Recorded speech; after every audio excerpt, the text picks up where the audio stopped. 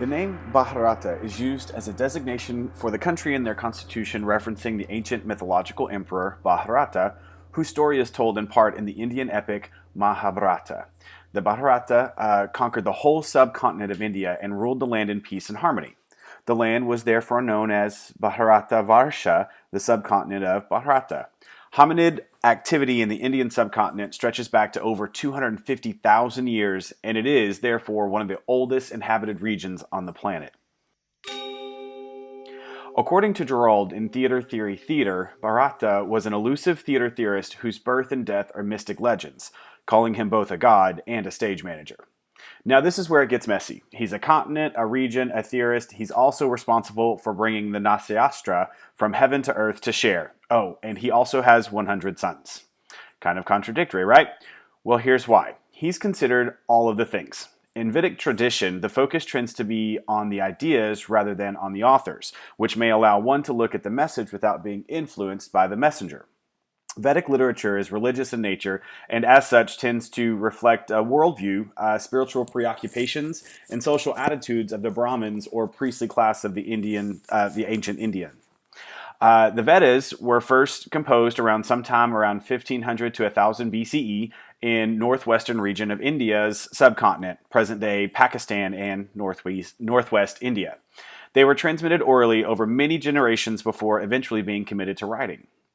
Gerald claims that the Nastyastra was sent down to be the fifth Veda to benefit people of Earth. It's considered to be the holy book of dramaturgy. The Natyastra represented the Vedic gods and demons as a way to educate its followers. Brahma summoned Bharata and his 100 sons and appointed them actors, thus dubbing him the father of actors, another title for this guy. Vedic religion operates around the same set of three gods as a caste system. This system would evolve over time after the invasion of the Aryans from the mountain pass, but the system hierarchy is still in place. At first, I kept thinking this is the marginalized section, but every group was represented fully on the scales, and even the Natyastra was made available to everyone. Then Gerald goes on to say that Bharata ascended to heaven to watch over all theater, and that his sons were cursed by the other sages, those who participated in deep meditation or tapas. And this was because of their character itself that Bharata's sons were playing on stage. The actors were outcast, thus beginning the long and arduous path of the struggling artist. Now, to the thick of it. Natyastra is a great guide on how theater affects its audience, but also how to balance between good and evil. The Bharata Muni says that there is no art, no knowledge, no yoga, no action that is not found in the Natya. That's deep and beautiful. It also goes to tell us that you should never start a show without worshiping the sage. The more and more I read about it, the more and more I see this turning into like a great elementary theater curriculum and using these guides as earliest exposure to children of theater, but that's for later. All of the chapters in the Natya revolve around the prescriptive and detailed ways a production should be handled. From the colors of the costumes to the depiction of the heroine on stage, the Natya is a step-by-step guide. Obviously, we all have our own beliefs on what good theater is, but this guide laid the foundation for those opinions to form and are also the beginning of many theater theories we practice and attribute to today. Much like Aristotle's Poetics, this deals with spectacle in a great deal, as well as in-depth understanding of nonverbal communication in conjunction with ethos, pathos, and logos of the performer's abilities.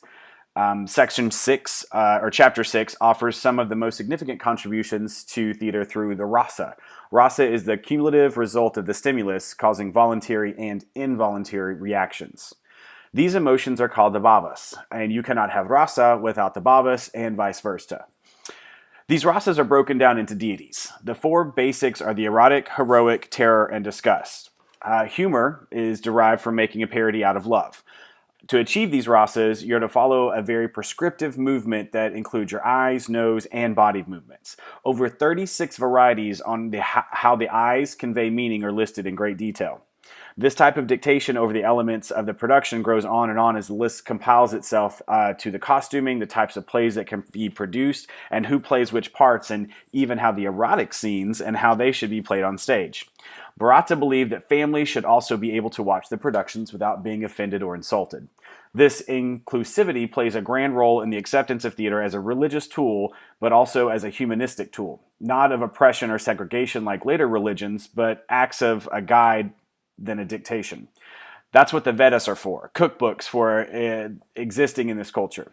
One of the chapters, 26 to be exact, discuss how they should be used, labeled them as miscellaneous ideas or things, and that's interesting because this outlines the way that the hand should be placed when referencing heaven, how the eyes and the body should react to natural elements, and indications of pleasure. This was the first ideas to emerge as a form of nonverbal theory on how we perceive body language and the effect it has on others. Pretty damn cool. Which brings us to Zeami. Zeami is a badass theoretical botanist that compared the performance growth of a performer to that of a flower. Like actor skills go, Zeami wants you to catch all the flowers. Zeami describes it almost as a garden of skills that the actor can use throughout his life to attain greatness and honor. Zeami was a child actor in Japan. Throughout his performances, he was loved by many, especially a shogun that sponsored him. Everyone in his family was a theater lover, and his father ran the Kanzi troupe for many years before passing it down to his son following his death. This transition from artist to leader gave Zeami the insight to scribe the treatises on the transmission of the flower. These flowers were reflected in the gaze of the audience, thus pressing the need for verbal and nonverbal communication to be the tools the actors must use. The metaphor of the flower can be used in all things related to the no. The flower will bloom at their appointed time during the 4 seasons. This is relative to a character's age being played on stage, the use of body language, and the complete fulfillment of the needs of the character. Zeami believed that you are continually growing and collecting these flowers because flowers are always fresh and novel when they bloom. Like new experiences or new reactions. When they bloom at their appointed time, it is highly appreciated by the audience. This collection of flowers represents the mastering of various principles of the art form. A real flower is the one that seems novel to the imagination of the spectator, which for us translates to the performer's illusion of the first time. Again, this kind of goes back to the whole teaching children through ancient traditions, which is pretty cool. This Mr. Miyagi style that he writes in really makes you feel like you'll let him down if these notions on performance aren't met. There are a lot of great lines that can help students explore journeys through their characters and also their productions. One of the ones that stood out to me was, "It's not enough to keep from revealing a secret. An actor must not let others know that he is one who even knows a secret. For if others know his heart, then his opponents will not remain careless, but will be on guard against him." Hold please while I pick my brains up off the table. We're struggling right now to get our students to stop acting and to get them to have honest reactions. I love the idea of the hiding the secrets. That's something teenagers know all about. So we're going to explore Zeami a little bit in our classes. But Zeami deals with many wonderful practices that extend just beyond the no. This prescriptive love to a general's army success is as it applies to theater. He also attributes a well-played character through the laws of cause and effect, giving it the highest significance to the no. An actor's skills are gained in the early days, and those are considered the cause, and the mastering of those skills are the effect. If an actor is negligent in the practice, which is the cause, the proper effect will be difficult to bring about. I'm going to put that on a poster. Zeami shares that the flower must differ as the audience differs. Right now, find the right flower for the right occasion. The sacred teaching was handed down from father to son just once in a generation. It was Zeami's work that attracted the government's patronage of the art form. Unfortunately, Zeami fell out of practice for some time due to political and aesthetic reasons. He believed that the succession of this work not be a question of birth, but of a real grasp of the art. Due to his fallings out, he was actually forbidden to perform in the imperial palace at one time and then banished to an island where he lived out the rest of his days. So, what is No theater? No theater is structured around song and dance. Movement is slow, language is poetic, the tone is a bit monotonous, and costumes are rich and heavy. Plots are usually drawn from legend, history, literature, and contemporary events. Themes often relate to dreams, supernatural worlds, ghosts, and spirits. No is performed on a square stage with a roof that's supported at all 4 of its corners by pillars. All sides of the stage are open except for the back side, which consists of a wall with a painted image of a pine tree. A bridge runs at an oblique angle off the stage for the performers to enter, and No used to be typically staged outdoors, but recent modern indoor theaters have also become a common venue, even adopting the proscenium-style stage. All performers in No are male. Shite, the leading character, despite depending on the play, the Shite might actually act as a holy old man, a deity, a demon, or a spirit.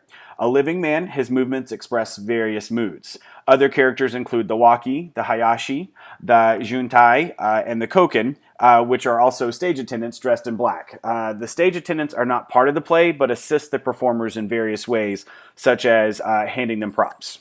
One key element of the No are the masks which the Shite wears.